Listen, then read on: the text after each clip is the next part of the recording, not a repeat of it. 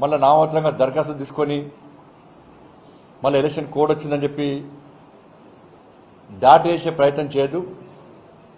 తప్పకుండా కాంగ్రెస్ పార్టీ ప్రభుత్వం 6 గ్యారెంటీలను 100 రోజుల పాటు అమలు చేయాలి. కొత్త రేషన్ కార్డులు ఇచ్చిన తర్వాత మాత్రమే ఈ దరఖాస్తులను వాళ్ళకు కూడా అవకాశం ఇవ్వాలి. దరఖాస్తు ప్రారంభించండి, ఇబ్బంది లేదు మీరు.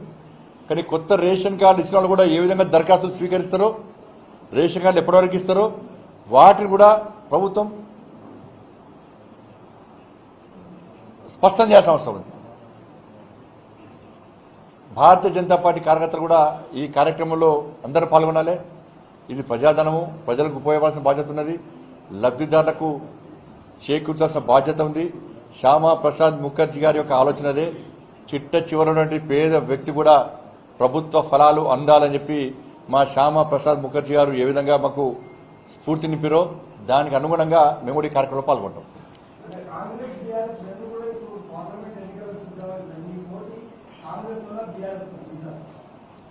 ఇలా బీఆర్ఎస్ పార్టీ ప్రాంతీయ పార్టీ. బీఆర్ఎస్ పార్టీని తెలంగాణ రాష్ట్ర ప్రజలు తిరస్కరించారు. అధికారుల పార్టీని వాళ్ళ పార్లమెంటు ఎన్నికలంటేనే మోడీ ఎన్నికలు అంటారు.